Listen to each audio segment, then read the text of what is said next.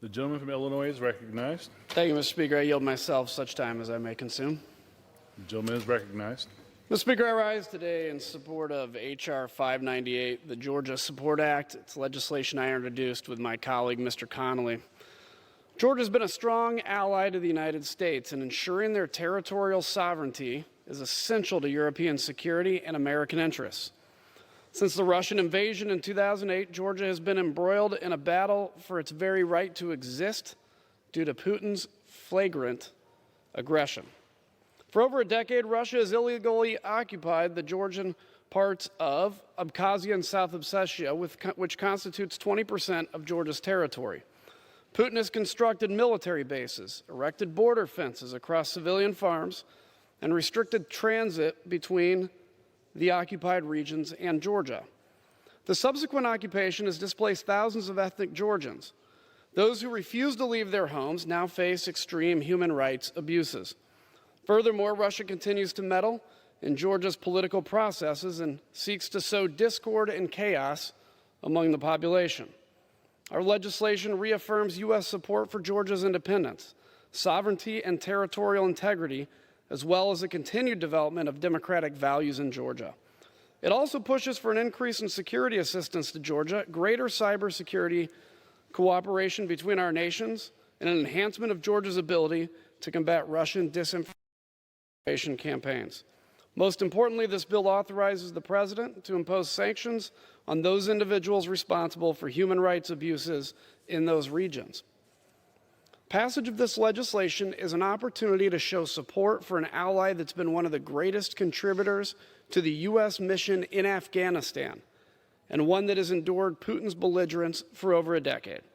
By deepening U.S.-Georgia security cooperation, we send a strong message to Putin to think twice before interfering in Georgia again. I urge my colleagues to support this legislation, and I reserve the balance of my time. The gentleman reserves. The gentleman from New York is recognized. Thank you, Mr. Speaker. I now yield 4 minutes to the author of this important bill, the gentleman from Virginia, Mr. Connolly.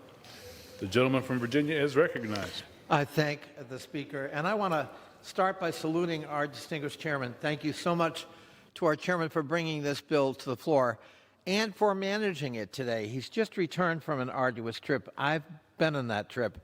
I know how tiring it can be, and frankly, even what some personal danger one puts oneself in that trip. And I salute the chairman for his stamina and his commitment to American foreign policy being here on the floor today. So I thank him and salute him and his able staff. I also, of course, want to thank my co-chair of the Georgia Caucus and co-author of H.R. 598, the Georgia Support Act, Mr. Kinzinger, who's been a wonderful partner and always willing to look at an issue thoughtfully and put himself sometimes at political risk in showing intestinal fortitude, and we salute you too, Mr. Kinzinger. This legislation asserts the United States' continued support for the independence and sovereignty of Georgia. It supports Georgia's continued democratic development, including free and fair elections, and affirms U.S. opposition to Russian aggression in the region, which is not, as has been noted, theoretical. Russian troops occupy Abkhazia and Ossetia in Georgia. Russia has fomented unrest, aided separatist movements, and committed serious human rights violations, including ongoing detentions and killings. Russian forces continue to harass civilian communities along the administrative borderline and impede the right of the return of internally displaced persons, even moving that administrative boundary line arbitrarily. Just a few weeks ago, tensions flared over a reported buildup of military equipment and personnel near the ABL, the administrative borderline, in Russian-occupied South Ossetia. H.R. 598 bolsters Georgia's territorial integrity by authorizing sanctions against those responsible for or complicit in human rights violations in these occupied territories. As chairman of the U.S. delegation to the NATO Parliamentary Assembly, I'm very pleased that the Georgia Support Act recognizes that Georgia has been a long-standing NATO aspirant country and a contributor to NATO's troop levels. I've traveled to Georgia 3 times in the last 3 years, including for the spring meeting of NATO's Parliamentary Assembly, and I believe that Georgia is a key partner for NATO's security. This act builds on previous efforts that Congress has undertaken to support Georgia's territorial integrity. In the Countering America's Adversaries Through Sanctions Act, CATSA, PL 115-44, we enshrined a non-recognition policy for Russia's illegal occupation of Georgian territory. In the 114th Congress, the House passed H.R. 660, which Judge Poe and I introduced to express support for Georgia's full territorial integrity.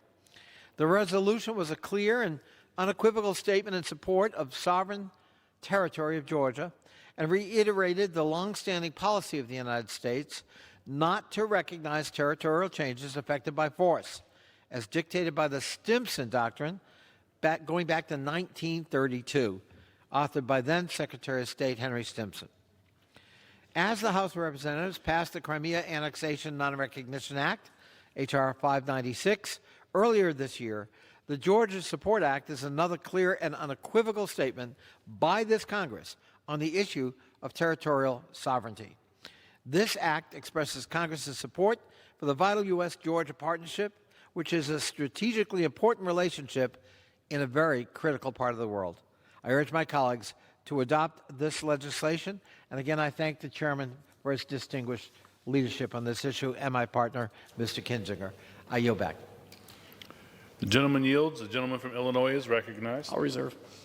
The gentleman reserves. The gentleman from New York is recognized. It's now my pleasure to yield 1 minute to the chairman of the Subcommittee on Europe, Eurasia, Energy, and the Environment, the gentleman from Massachusetts, Mr. Keating. The gentleman from Massachusetts is recognized. Thank you, Mr. Speaker. I thank my colleague and chairman for yielding. Georgia has a long and rich history as an important U.S. partner and a key player in the region.